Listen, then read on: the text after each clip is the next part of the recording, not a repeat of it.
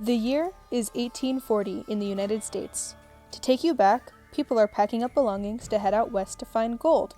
William Henry Harrison becomes the 9th U.S. president, and the telegraph is becoming popular.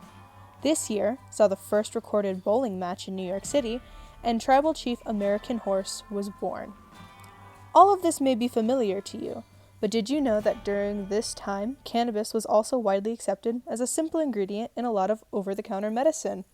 I imagine it looked something like this. Here you are. Hope that headache gets better. Thank you, doctor. But of course, I could just be silly.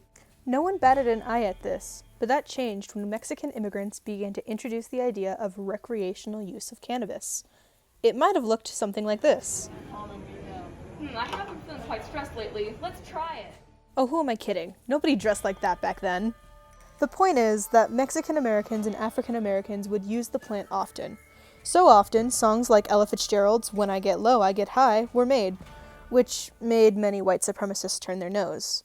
The seed of stigma was planted. However, that would soon grow into prohibition.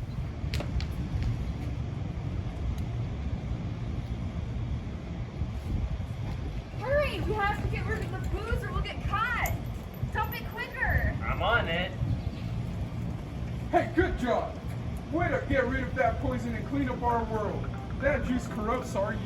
Yes, it does! That lovely recreation of the national reaction was all due to the temperance movement, who were a protest for national prohibition of alcohol. They believed that the use of alcohol was responsible for abusive home environments. And on January 16th, 1919, they succeeded in outlawing all alcoholic beverages. What are we gonna do? Put out our piece? I know a place where we can get moonshine, and I also hear they're gonna sell us a bit of black tar to top us off. We gotta be careful. Move!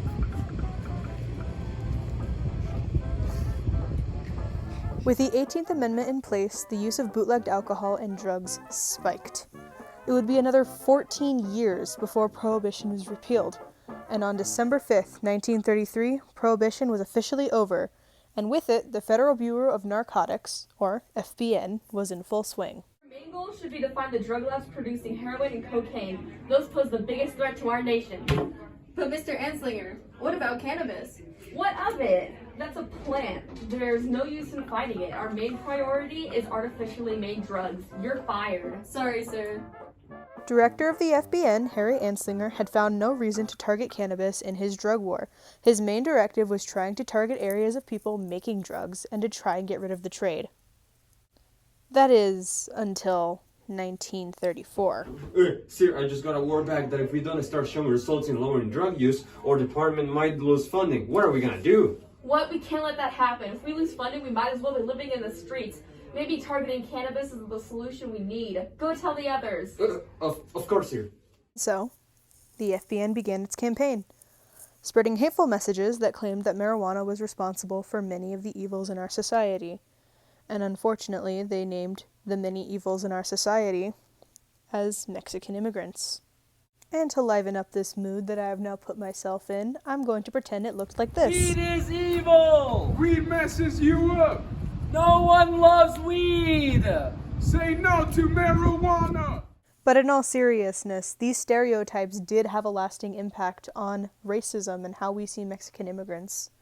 And that view would stay the same and pretty much unchallenged until the year 1964. To be specific, August 16th, 1964, when in San Francisco, a man named Lowell Eggmeyer, yes, that's actually what he looks like, walked into a police station, took a hit of Reefer, and said 2 words. Arrest me.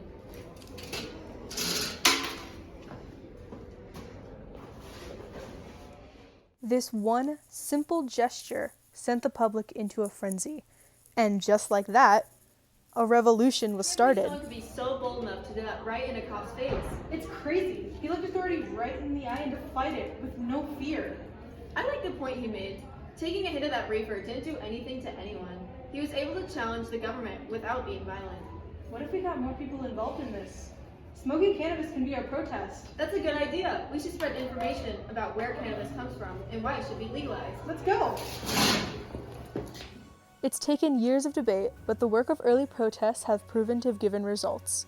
California legalized cannabis for medicinal purposes back in 1996, followed by Washington and Colorado legalizing recreational cannabis in 2012. Weed has now become legalized in 47 states, 4 U.S. territories, and the capital, Washington, D.C., causing an increase in a cannabis market worth about $17.7 billion, which is estimated to go up to about $30 billion in the next coming years. Protesters' debate and civil disobedience then has opened the door for a diplomatic end now.